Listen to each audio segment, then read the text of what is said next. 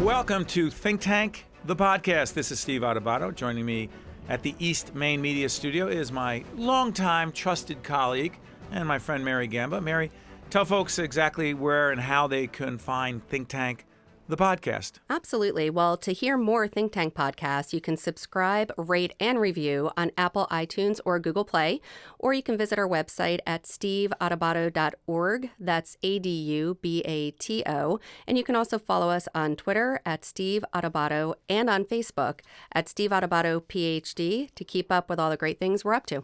Yeah, we are up to great things, but more importantly, let's find out what New Jersey State Senate President Steve Sweeney is up to on Think Tank, the podcast.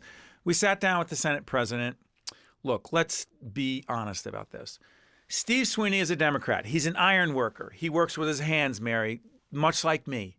Oh, yes. I know. We've talked about that a long time. You work with your hands and you get out there and love to get dirty and do that kind of stuff. She's joking. But more importantly, Steve Sweeney is not just a leader in the iron workers movement, if you will, and the union leader.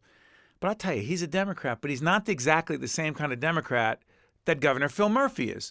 Let's just say that this Think Tank, the podcast, with Steve Sweeney, the Senate President, is really a microcosm of Think Tank, the broadcast, and the fact that on the national level, we're trying to look at national issues, the Democratic Party is split between moderates like Steve Sweeney, Joe Biden, and others, Nancy Pelosi, and some folks who believe these folks are very much on the left, socialist, if you will, like Bernie Sanders, very far left Democrats like Congressman Ocasio-Cortez. But in this Think Tank, the podcast, you got Steve Sweeney saying, look, we can't tax people anymore. He's against the millionaire's tax that the Governor Murphy, wants. He's saying that we should cut back on benefits to state employees in terms of health benefits, pension benefits. He's saying we should merge school districts. We should merge 566, I believe, municipalities because there are too many and you need to share services, and that's why our property taxes are too high. And he introduces what's called the Path to Progress report. He's around the state selling this right now, trying to sell it. Basically, he thinks we're spending too much, you say? I say that he's onto something, and New Jersey is a very small state. We're very densely populated, but having so many municipalities in one state creates problems, creates bureaucracy that we just don't need. And the people that are paying the price are we as taxpayers living in New Jersey. And frankly, if we don't get it right soon, people are just going to keep leaving the state. Yeah, but here's the catch. Everyone says they want their property taxes lowered. Everyone says that. Mm-hmm. Okay. But when Steve Sweeney says we need to cut back on state public employee benefits, the public employees, many public employees, largely the Communication Workers of America, gathered at Rutgers University where Steve Sweeney was trying to present a PowerPoint. I'm not a fan of PowerPoint, but, he had to show the numbers. And they shouted him down. They wouldn't let him speak. The public employee unions are dead set against what Steve Sweeney's trying to do in terms of cutting benefits. They say, listen, don't look at us. We've already given back. When Steve Sweeney says municipalities need to merge, everyone says, yeah, but I want my own fire department. I want my own police department. I want my own school district. I want my kids to go to neighborhood schools. We say we want cutting of taxes, but Sweeney says if you want it, there's got to be sacrifice. There's always sacrifice. It's going to be a balancing act. It's going to be a marathon, not a sprint. I believe that no quick fix. No quick fix. And there is going to be pain along the way. But in order for us to realize the true benefits of true tax reform, we need to be flexible. I live in a great town, and it's a very small town. But if we were to merge with the 5 or 6 that would only make about a 4-mile radius, other towns, think about open? Oh, absolutely. Do you think your neighbors would be? No, I've had conversations. Do you know what that's called? Home rule? Home rule. Yeah, absolutely. Yeah, and home rule ain't cheap. Sure. No, absolutely. And, you were talking about the pensions and all of that. Of state workers. Exactly. And you have a relative that cares deeply, as your whole family does, about benefits, if you will, and retiree benefits for public workers. But you want to know what? Grandfather them in, right? My relative has been in it 22 years working for the state of New Jersey. And of course, I think what most people don't realize is how much each individual state employee pays into their own benefits. So it is, important to note that as well. However, grandfather and the people that have been there. What about new folks? The new folks, you need to let them know here is exactly what you're going to be getting so they can make an educated decision whether they want to get into state employment. Well, that's Mary Gamba. What's interesting is Senate President Steve Sweeney agrees with her. And in Think Tank, the podcast, what you're about to hear is the New Jersey State Senate President Steve Sweeney. Let's call him a moderate, leaning, a little bit conservative Democrat, not in sync with Governor Murphy at all.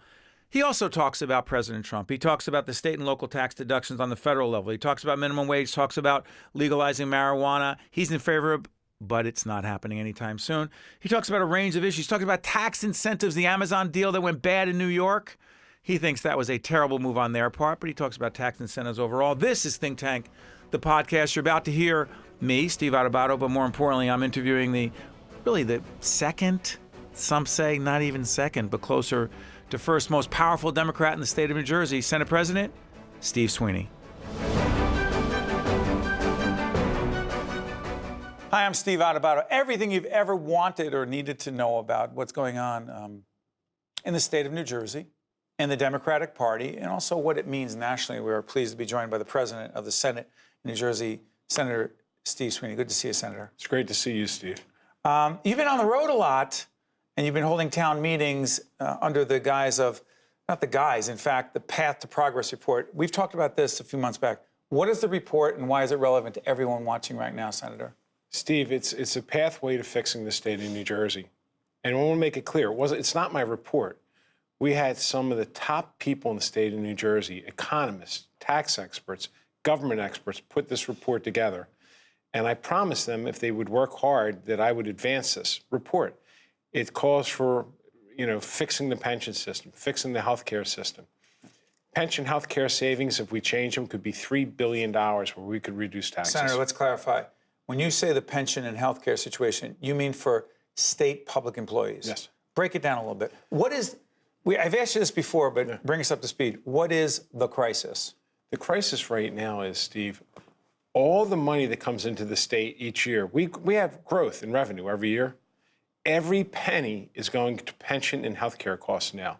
There's no money to invest in colleges. There's no money to invest anywhere unless you raise taxes. And New Jersey's got the 5th highest tax burden in the nation, and it's time to fix the problems rather than just keep taxing. What do you say needs to be done with public employees, who many argue have, in fact, made many concessions, including the Communication Workers of America, who I believe before Governor Murphy's recent budget address, they reached some sort of quote-unquote historic agreement on compromising regarding health care benefits. I mean, didn't they make progress already? Listen, I give the CWA credit for making progress. They made progress. They're not where we need to be, but they actually stepped forward and negotiated.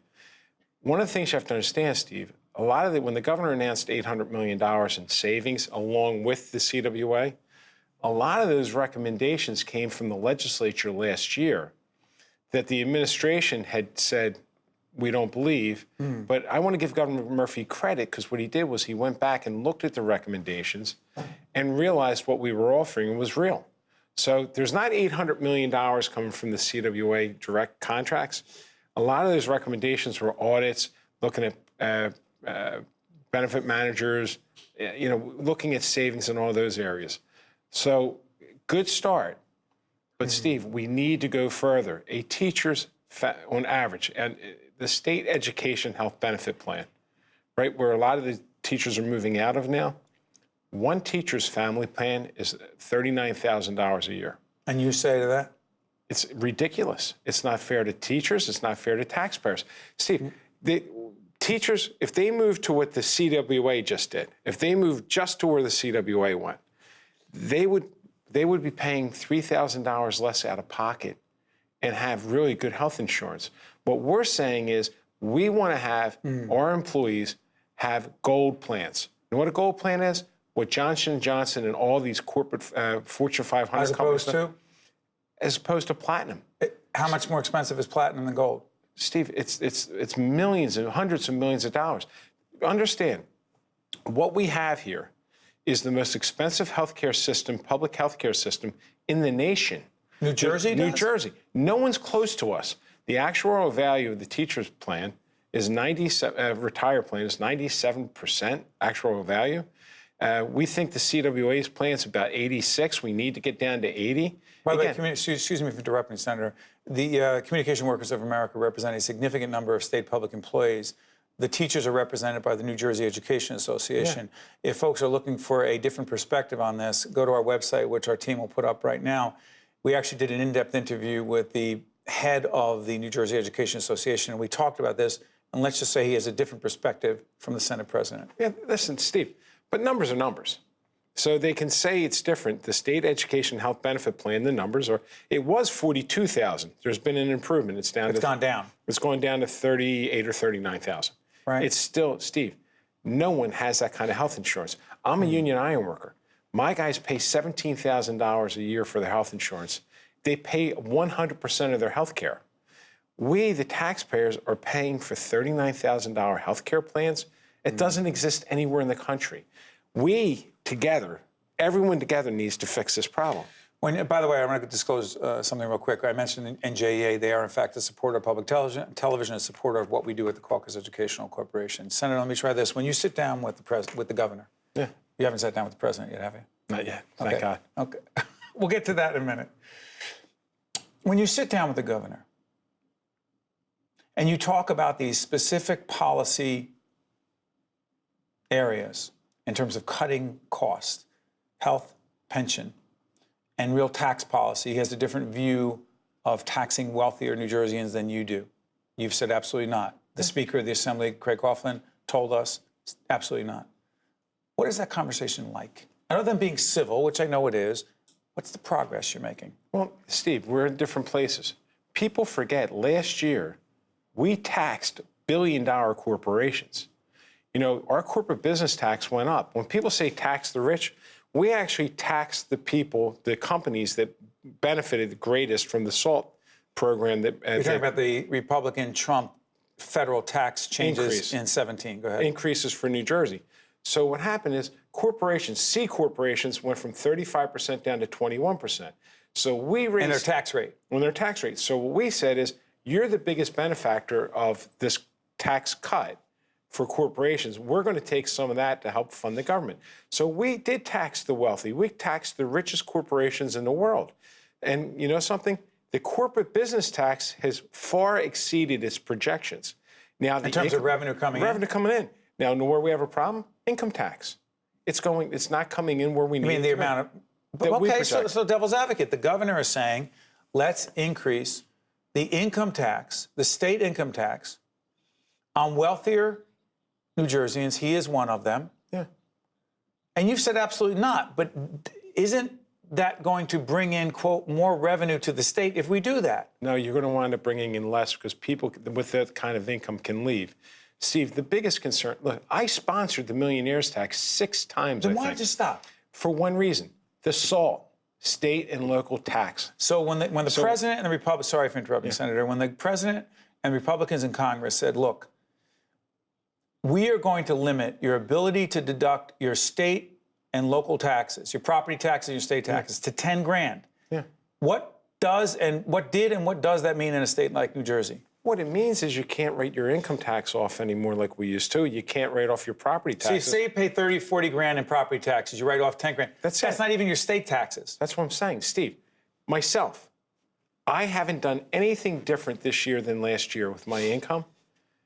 Last year I broke even between state and federal. This year I'm going to pay $10,000. I didn't do anything different. I didn't leave New Jersey. So you lost. You're one of the 400,000, the numbers are here, help me on this, Jackie, 400,000 New Jerseyans who wound up on the short end in their taxes. I got to tell you, it's going to be a lot more middle-class people than you think once they start filing.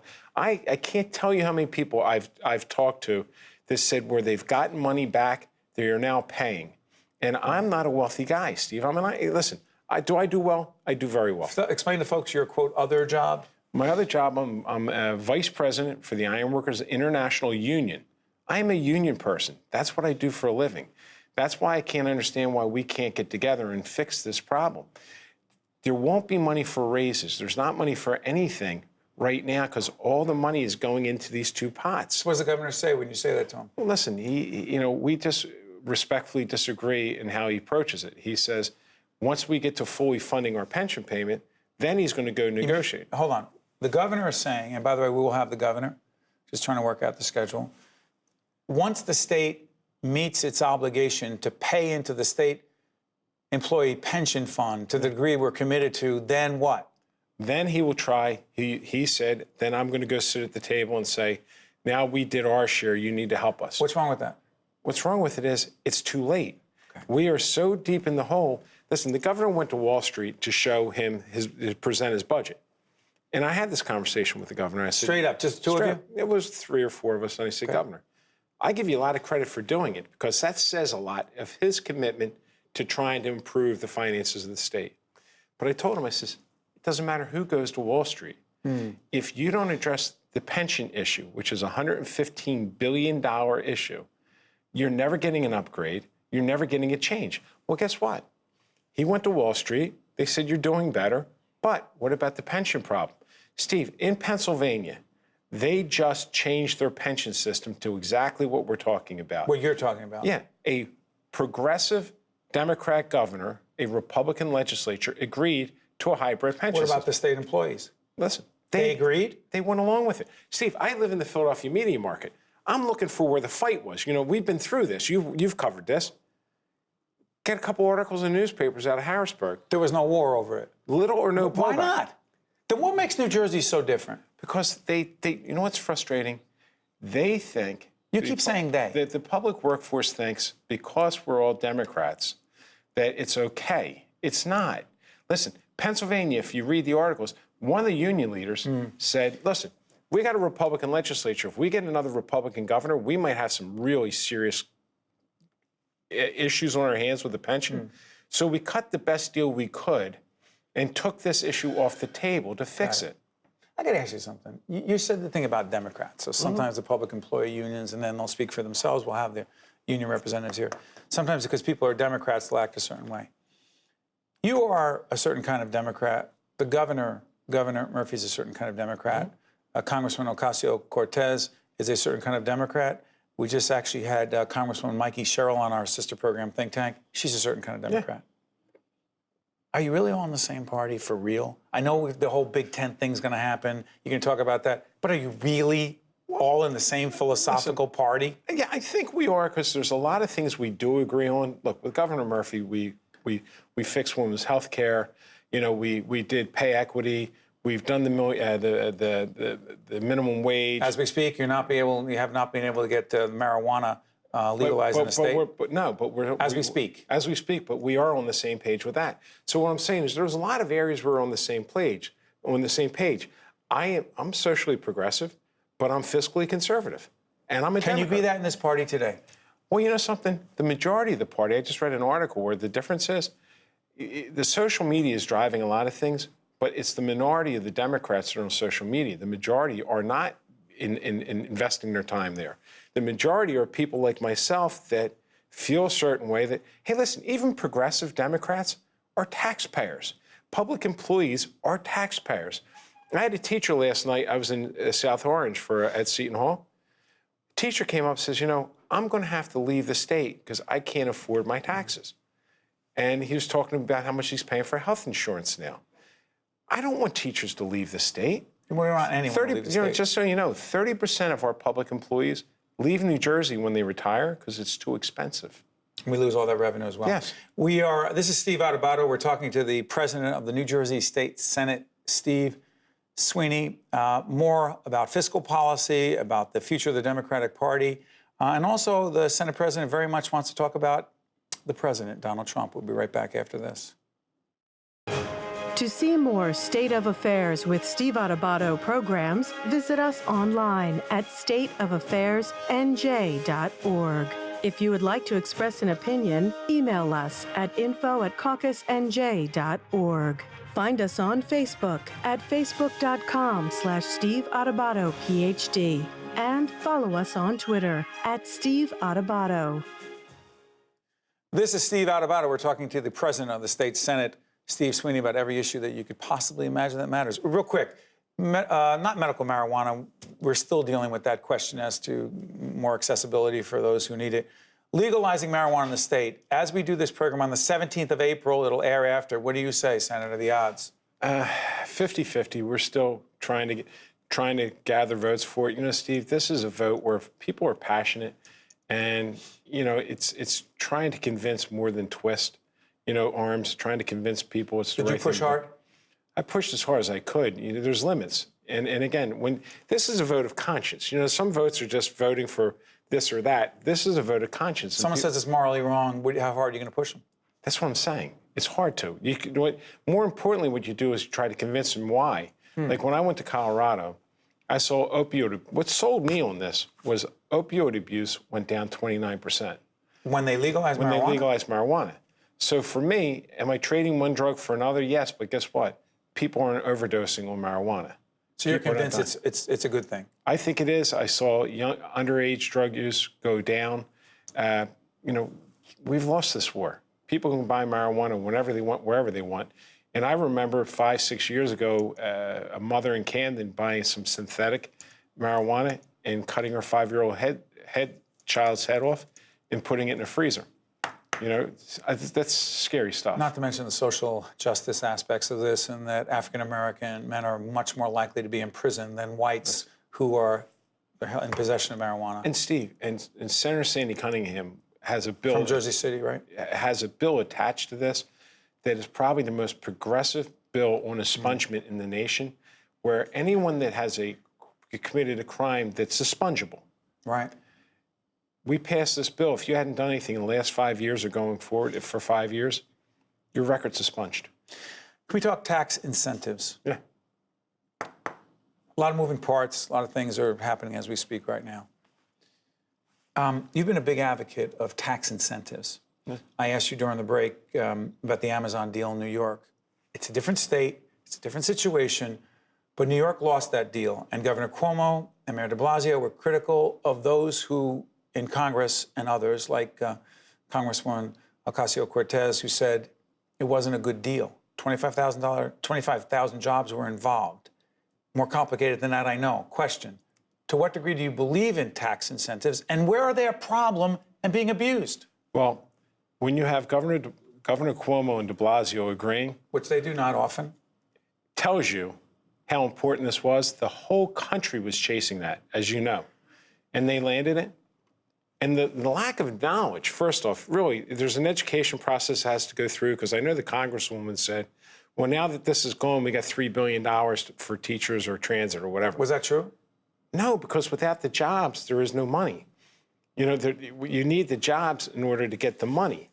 And if you look at Jersey City, if you look at Newark, if you look at Camden, you tell me tax incentives haven't changed the world in those cities. They're starting to change. But Senator, respectfully, sorry for interrupting. How far should a government be going to get a business? Listen, everyone talks about the marketplace, capitalism, let the free market decide, and then government gets involved and says, listen, we're going to give you a deal to come here because you otherwise wouldn't come here. Yeah. Doesn't that tip the scales? Steve, it's unfortunately what we deal with all around the country. How about this? Amazon, this is how much trouble New Jersey's in.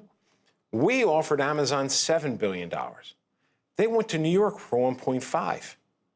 We offered $7 billion. And New Jersey did? In New Jersey, we wanted them in Newark. It would have been a game changer for Newark.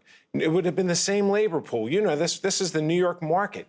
So the jobs, people would have come here. They would have came here. And you'd think it would have been worth it, even with a company. I mean, Amazon delivers a lot of boxes to our houses. I know, my house, I know, and others. Do you think a company that rich needed those tax incentives? Listen, I didn't say they need them, but that's the way the world works. If you want to, you're saying what you seem to be saying is you were playing by the rules as they are. Yeah, and listen, to a perfect example, Governor Murphy just went to California to promote the film tax credits, and you know something? And it's working. It is, and it's a good thing. So I don't listen. I was a freeholder director in Gloucester County for 13 years. I can't tell you how many times businesses from Pennsylvania would come over and say, hey, we want to come over here. We put our team together, we put the best deal together, and they would go back to Pennsylvania, see who gave them the best deal. Got it. It's life. I say President Trump, you say. Oh, my God. By the way, this is Senate President Steve Sweeney. He's the one doing the talking right now. What do you mean, oh, my God?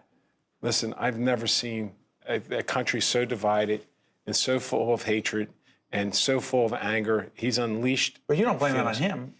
Yeah, I do blame it on him. Not alone. Well, no. Listen, this was always there. Right. This is always undercover in a lot of places. Racism and hatred, it's we saw there. When President Obama was president. Exactly. A lot of it. A lot of it. And you know something? But I guess he's brought it out from the darkness and said it's okay to be this way.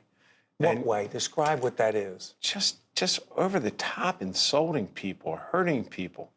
And again, for me, I'm a believer if we're all in it together, we're better off than you're on your own. I think President Trump is more you're on your own. You know, two things. One, I'm curious about something. I want to ask you about 2020 in a second. Yeah. But you got into this. We've had this conversation many times. Explain to folks your personal reasons for being a public official.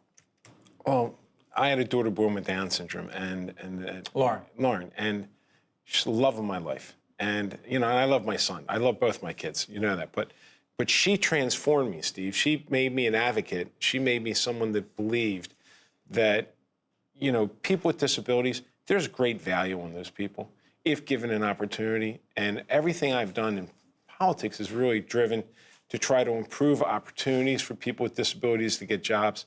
And I tell people, and I thank you for asking, please look beyond the disability, because there's a person in there that can really be a productive citizen. My daughter, at 18, got a boyfriend. You know, I remember you told me about this. I'm still not happy about that. How old is she now? She's 26. At 21, she told me she could drink. I said, Lauren, O'Doul's is my favorite beer, but she works at a daycare center. Most importantly, she's living such a full, productive life, as full a life as she can. And what I urge people, any employers, that give them a chance, because you're going to hire a really good employee. She's doing well. She's doing a bit better than me. Still 2020. Yeah. Do you have a preference? Yeah, I'm supporting Cory Booker. He's a Jersey guy, and I think he's where we need to be in the middle. So stay on this. You have had a very, listen, we will date ourselves. Hope not too much. Yeah. You've had a very close relationship with former Vice President Joe Biden. Yeah. You've worked together, geographically close, okay. Philosophically as well. Yeah. If he jumps into this race, do you say to yourself, wait a minute, odds-on favorite right now, Cory Booker was where he is, I need to be with the Vice President? Listen, I love the Vice President. I think the world of him. We always thought of him as the third senator in New Jersey. You know that. He was always in New Jersey helping us with things. And if Cory hadn't jumped in the race, absolutely, would I be? Joe Biden hasn't yet. As we are speaking. As we're right. speaking, he hasn't yet. If he does, it's not going to change it. It can't. What do you mean it can't? I made my commitment, and I believe in Cory. But is it a question of who you think is going to beat Donald Trump? No. If Cory wasn't in the race, okay, I would jump with Joe Biden tomorrow. What about people who talk about the only thing that should matter to Democrats is, quote, beating Donald Trump? I agree. And you believe that Senator Booker, former mayor of Newark, has the best chance of beating the president in 2020? Listen, I think he, Joe Biden, represent the part of the Democrat Party that I'm from, which is we're in the middle, which is where 80% of us are. And, you know, it's not, look, I'm pragmatic. You don't always get everything you want in life. And what I see with the progressives is if you don't get everything the way they want it, they get angry and they primary and fight with you and everything else. Does that bother you? Well, it bothers me because, listen, they have a right to do that. Of course they do. Absolutely That's have what a makes right this country great. But it doesn't make us stronger. Who's us? Is it the Democratic Party or the country? Listen, for me, it's the Democrat Party. Look, the Republicans have the Tea Party, and that doesn't make the Republicans. You mean extremists? Yeah. So you have two extremes, and you get the 10%ers on both ends. 80% of us really are in the middle. And our country would be better served from the middle than from all the way on the left or all the way on the right. I think really, because you connect to more people, we need to pull people together, not divide. And right now, we're a divided country. Are we a divided state? No, well, sometimes. You know that sometimes people look at South Jersey and think South Jersey doesn't belong in New Jersey, as you know. Say? I say, I still live in New Jersey, and I'm proud to live in New Jersey. I love New Jersey. 30 seconds left. You've always been an optimistic guy. You're optimistic about the country? Well, I have to be. There's only one way to go, up. In spite of the political discourse and the presidency right now? Well, I would like to see them try to bring back some civility. Look, even when we disagree in New Jersey, we work together. You've been listening to the President of the State Senate, Steve Sweeney, and we thank you for joining us, Senator. Thanks, Steve. We wish you and your family, and particularly Lauren, all the best. Thank you. I'm Steve Adubato. Catch you next time. State of Affairs with Steve Adubato is a production of the Caucus Educational Corporation. celebrating over 30 years of broadcast excellence. Funding has been provided by the law firm of Gibbons, P.C., RWJ Barnabas Health, the Port Authority of New York and New Jersey, Rowan University, International Union of Operating Engineers, Local 825, NJM Insurance Group, Keystone Mountain Lakes Regional Council of Carpenters, and by these public-spirited organizations, individuals, and associations committed to informing New Jersey citizens about the important issues facing the Garden State, and by Employers Association of New Jersey. You may not have heard of TAVR. Raj and Sandhya have. It's the minimally invasive alternative to open heart valve replacement. RWJ Barnabas Health is New Jersey's leading TAVR provider, and we continue to perfect it. Patients are often back to their lives in just a few days. Innovative valve replacement surgery, because you can't be replaced. RWJ Barnabas Health. Let's be healthy together.